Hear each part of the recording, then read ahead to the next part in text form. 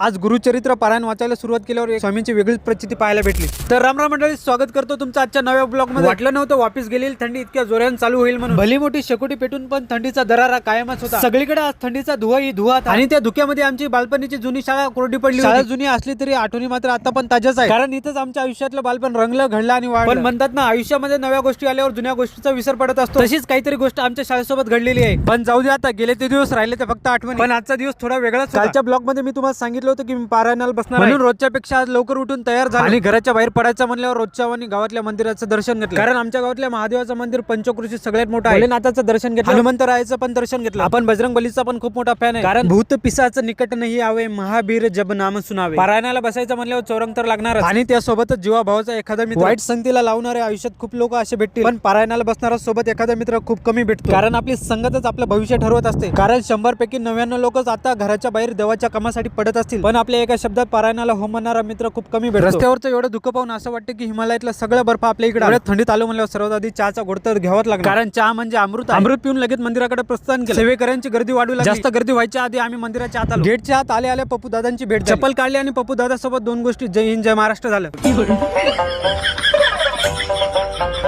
केंद्रात आल्या सर्वात आधी पाय धुणं गरजेचे। इकडे तर महिला सेवेकरांची पारायणाला रेकॉर्ड तोड गर्दी होती आणि आल्या सर्वात आधी स्वामींना मुजरा करून औदंबर प्रदक्षिणा मारली आणि सकाळची आरती घेऊन चरित्र वाचायला सुरुवात केली। पहिले अध्याय श्री नरसिंह सरस्वतींचं अवतार आणि भक्तांची अवस्था यांचं वर्णन केलेलं आहे। कथेमध्ये सुरुवातीला सांगितलं आहे, काळाबरोबर धर्माचा अंतपात झाला, लोकांच्या मनामध्ये श्रद्धा भक्ती सत्प्रवृत्ती कमी झाली, लहान लेकरांमध्ये संस्कार उरले नाही, मोठ्यामध्ये वैराग्य संपले आणि लोक देवावरील विश्वास हरवू लागले। अशा काळात जगाला उभारण्यासाठी आणि भक्तांना मार्गदर्शन करण्यासाठी दत्तात्रयाने नरसिंह सरस्वती महाराजांचा अवतार घेतला। त्यांना दुसरा दत्त अवतार म्हटलं जातं। पहिले अध्यायाचा अर्थ एवढा, जेव्हा माणसाला आयुष्यात मार्ग दिसत तेव्हा देव गुरुच्या रूपाने धावा करत असतो आणि भगवंत म्हणतात फक्त एक पाऊल श्रद्धेने, उरलेले 1000 पावले मी तुझ्यासाठी चालू नये। पारायणाच्या पहिल्या दिवशी आम्ही 9 अध्याय वाचन केले। गुरु जयंती असल्यामुळे गुरुचरित्र सप्ताह सलग 7 दिवस चालणार आहे। उद्या सलग 10 ते 21 अध्याय आम्ही वाचन करणार आहे। आजच्या दिवसाचे पारायण समाप्त करून स्वामींना मुजरा केला। गुरुचरित्र वाचायचे माझे पहिलेच वर्ष, काही चुकलं असेल तर माफी असेल। आणि हो, कमेंट मध्ये सर्वांनी श्री स्वामी समर्थ नक्की लिहायचं आणि तेवढं फॉलो पण करून टाका। आता भेटूया पुढच्या मिनी ब्लॉग मध्ये, तोपर्यंत श्री स्वामी समर्थ।